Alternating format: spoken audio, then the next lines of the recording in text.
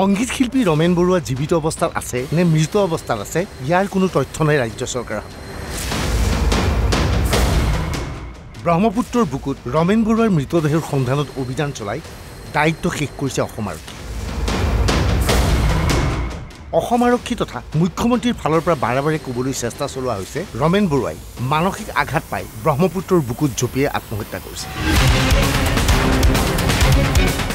কিন্তু প্ৰশ্ন হৈছে এনেধৰণৰ বক্তব্য চৰকাৰৰ ফালৰ পৰা কিয় কোৱা হৈছে? আৰক্ষী আৰু মুখ্যমন্ত্ৰীয়ে ধাৰণা দিব বিচাৰিছে ব্ৰহ্মপুত্ৰত জঁপিয়াই আত্মহত্যা কৰিছে ৰমেন বৰুৱাই। ইয়াৰ জৰিয়তে ৰমেন বৰুৱাৰ ফাইল বন্ধ কৰিব বিচাৰিছে চৰকাৰে। ৰমেন বৰুৱা জীয়াই আছে বুলি ক'লে আৰক্ষীয়ে ৰমেন বৰুৱাৰ সন্ধানত অভিযান চলাব লাগিব। আৰক্ষী নিশ্চিত কোনো এজন মানুহে স্বইচ্ছাৰে আত্মগোপন কৰিলে সেই ব্যক্তিজনক বিচাৰি উলিওৱাটো সম্ভৱপৰ নহয়। ৰমেন বৰুৱাৰ পিতৃয়ে প্ৰায় 5 বছৰ ধৰি বিহাৰৰ কাটিহাৰত আত্মগোপন কৰি আছিল। ইতিমধ্যে আত্মগোপন কৰি থকা সুনীল গগৈৰ সন্ধান উলিয়াব পৰা নাই আৰক্ষীয়ে। এনে অৱস্থাত ৰমেন বৰুৱা জীৱিত অৱস্থাত আছে বুলি ক'লে বিপদত পৰিব চৰকাৰ।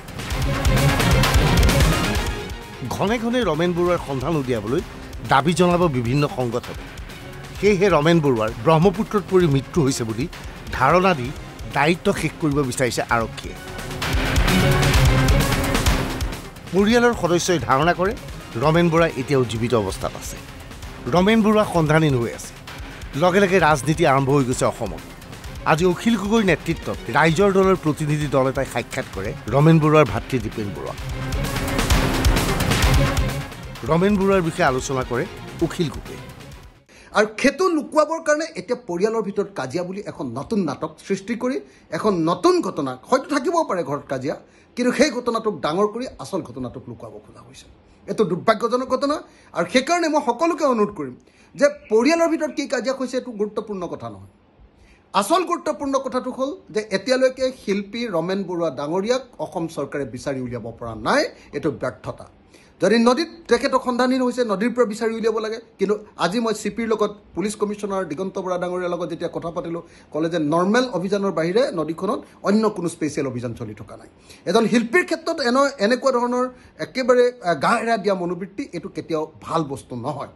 আমি চৰকাৰক দাবী জনাইছোঁ যে অতি সোনকালে চৰকাৰে মুখ্যমন্ত্ৰী নিজে আহিব লাগে, নিজে অভিযানৰ নেতৃত্ব ল'ব লাগে, কাৰণ তেওঁ গৃহমন্ত্ৰী। আৰু অচিৰে 48 ঘণ্টাৰ ভিতৰত যাতে তেখেতক বিচাৰি সন্ধান উলিওৱাৰ ব্যৱস্থা কৰে তাৰ কাৰণে পুলিচক নিৰ্দেশ দিব লাগে। আৰু যদি পুলিচ ব্যৰ্থ হয় পুলিচৰ ওপৰত একশ্যন ল'ব লাগে। এইবাৰ এই দোকানীজনক মন কৰক। ব্ৰহ্মপুত্ৰৰ পাৰত পাণ তামোলৰ দোকান এখন আছে এওঁ। ঘটনাৰ দিনা ব্ৰহ্মপুত্ৰৰ পাৰলৈ যোৱাৰ প্ৰাক মুহূৰ্তত ৰমেন বৰুৱাই এই দোকানখনৰ পৰা চাদা কিনিছিল। একো গম নাপাওঁ, আহিছে সদায় যিদিনাখন যেনে সদায় আহে তেনেকৈ আহিছে, বস্তুটো লৈছে আৰু গৈছে তেখেত। কোন দিশে গ'ল মই নাচালোঁ। মোৰ মানে কাষ্টমাৰ আছিলে বহুত কেইজন, তেখেতক জাষ্ট বস্তুটো দিছোঁ আৰু মই। কাৰণ তেখেত আহিলে মই বস্তুটো আগতীয়াকৈ দিওঁ। মানুহটো ধৰ অলপ বয়সস্থ মানুহ, সেইকাৰণে মই আগতীয়াকৈ বস্তুটো দিওঁ তেখেতক। কিন্তু মানে যিদিনাখন পুৱাৰ পৰা তেওঁ নিৰুদ্দেশ হৈছে বুলি যিটো বাতৰি ওলাই আছে, সেইদিনাখন কিন্তু তেওঁ ঘৰৰ পৰা ওলাই আহি আপোনাৰ দোকানলৈ আহিছিলে। তাৰপিছত কোনটো পথেৰে গ'ল মই নেচালোঁ অৱশ্যে। দোকানখনলৈ সঘনে আহিছিল ৰমেন বৰুৱা। দোকানীজনৰ সৈতে ৰমেন বৰুৱাৰ পূৰ্বৰ পৰা চিনাকি আছিল।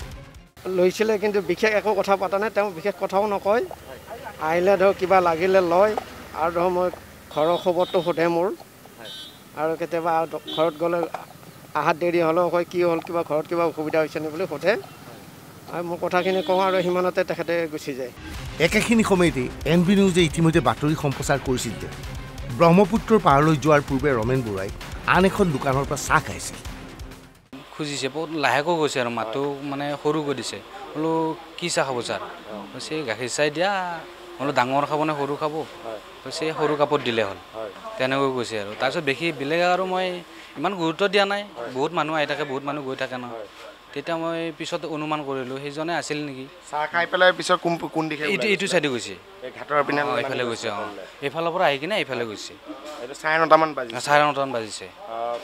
আগতেও আহে নে কেতিয়া? আগত এইফালে নাহে, দেখা নাই মই এনেকুৱা, মানে সেইদিনাখনেই দেখিছোঁ। আত্মহত্যা কৰিবলৈ যোৱা ব্যক্তি এজনে চাহ খোৱাটো কিমান সত্য? চাহ খোৱাৰ পাছত ব্ৰহ্মপুত্ৰত জঁপিয়াবলৈ যোৱাৰ পূৰ্বে চাদাৰ পেকেট এজন মানুহে ক্ৰয় কৰিবনে? এইবোৰ কথা বিশ্বাসত ল'ব পৰা নাই ৰমেন বৰুৱাৰ শুভাকাংক্ষীসকলে। আৰক্ষীয়ে এতিয়াও নিশ্চিতভাৱে ক'ব পৰা নাই ৰমেন বৰুৱাই ব্ৰহ্মপুত্ৰত জাপ দিছে বুলি। ব্ৰহ্মপুত্ৰৰ পাৰৰ পৰা স্নিপাৰ ডগ আঁতৰি গৈছে, সেয়েহে আৰক্ষীয়ে ক'ব বিচাৰিছে ব্ৰহ্মপুত্ৰত জঁপিয়াইছে ৰমেন বৰুৱাই। কিন্তু প্ৰশ্ন হৈছে প্ৰকৃততে ৰমেন বৰুৱাই ক'ৰবাত আত্মগোপন কৰি আছে নেকি? ইয়াৰ উত্তৰ কিন্তু কোনেও দিব নোৱাৰে। Bureau report, NB news.